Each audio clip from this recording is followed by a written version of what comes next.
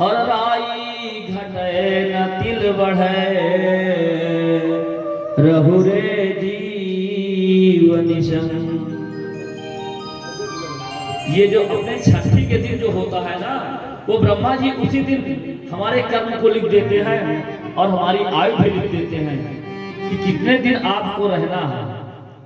एक एक सांसें जो हम ले रहे हैं ना, सारी गिनती की हैं, लेकिन वह शक्ति केवल मनुष्य के अंदर है जो अपने जीवन को, सांस नहीं बोल रहा हूं, फिर तो लीजिएगा, अपने जीवन के अपने कर्म से बढ़ा सकता है।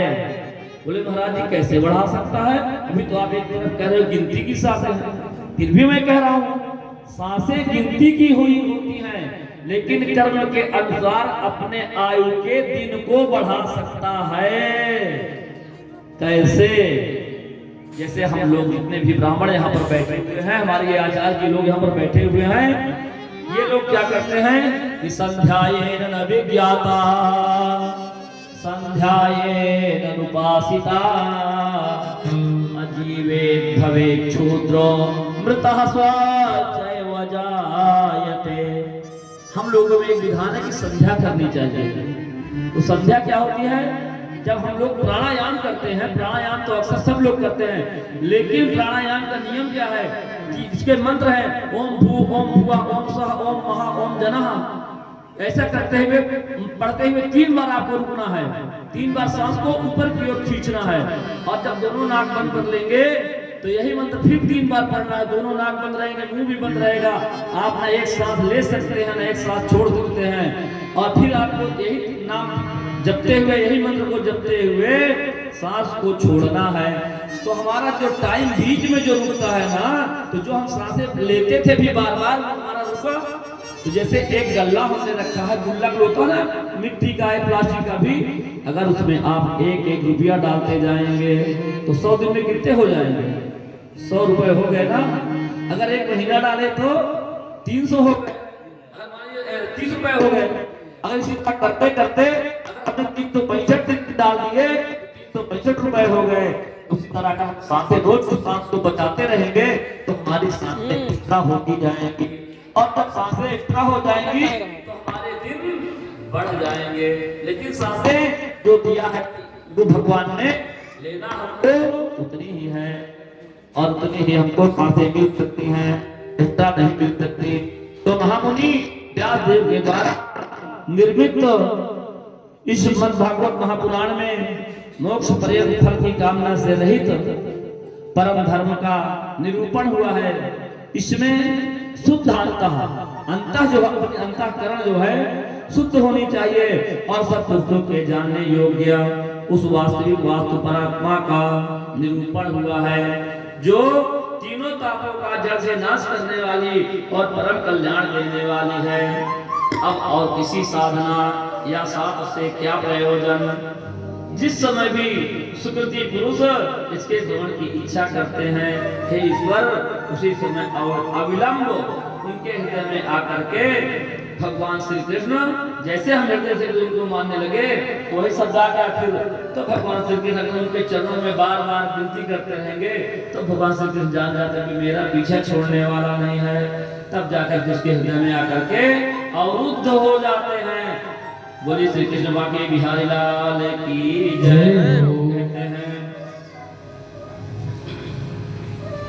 अब आगे क्या कहते हैं कि अभी तक हमने किसे ध्यान करना था वो हमने जाना था, फिर कहते हैं फिर क्या जाने, क्या ध्यान करें और किसको जाने। अब आगे क्या पूछ रहे हैं श्री सूत जी महाराज जी से 88,000 ऋषि पूछ रहे हैं कि क्या पिए। चलिए हमने तो ध्यान कर लिया प्रभु का और जान भी लिया, अब पिए क्या ये तो बताएं। तब कहते हैं सूत जी किन्निगम कल्पतरो रवितम फलम शुभम भाद्रव संयुतम पिबत भागवतम रसमालयम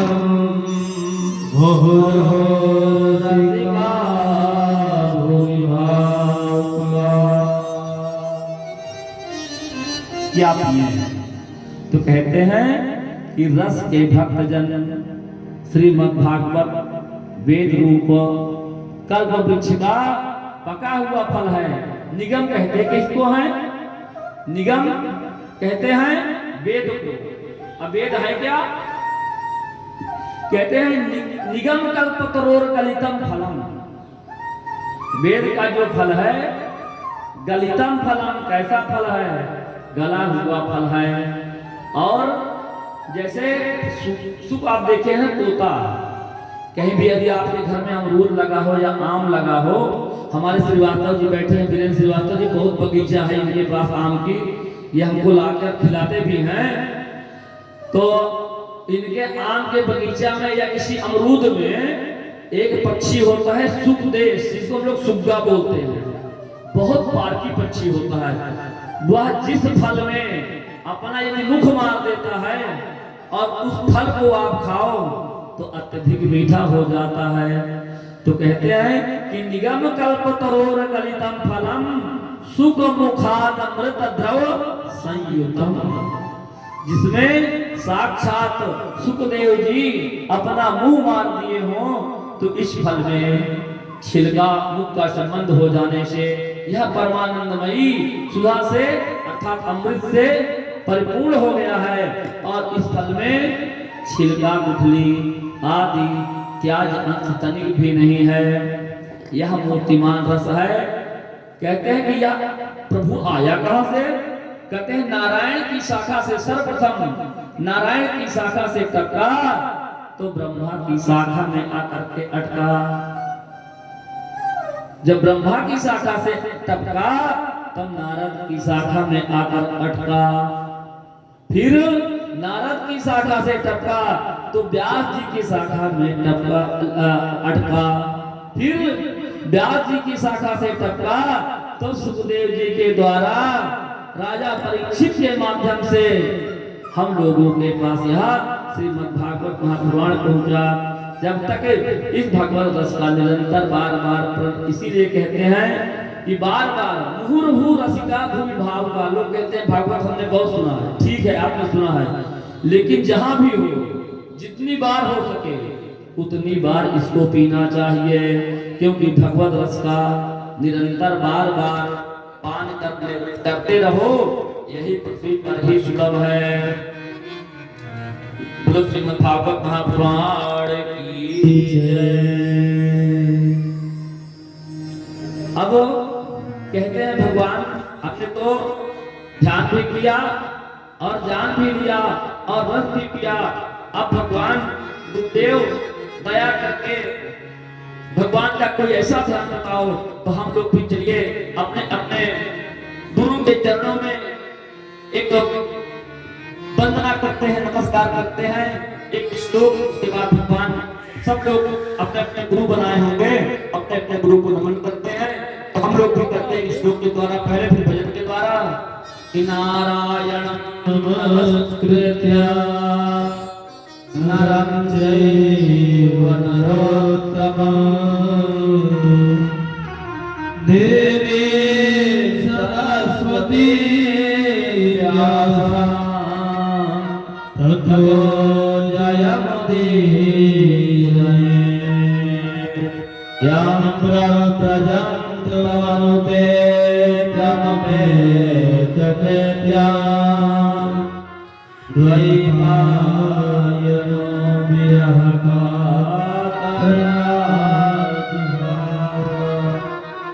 पुत्रेति तन्मयतया सर्वो विनेदो सर्वभूत हृदया मुनिमानतोऽस्मि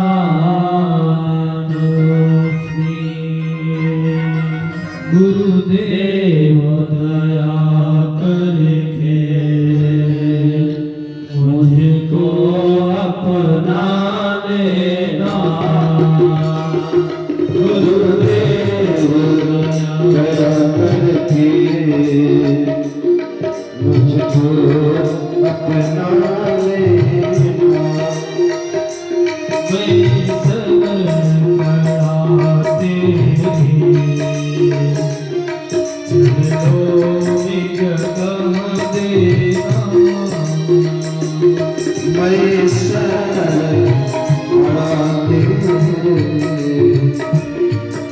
महलों में जगह देना।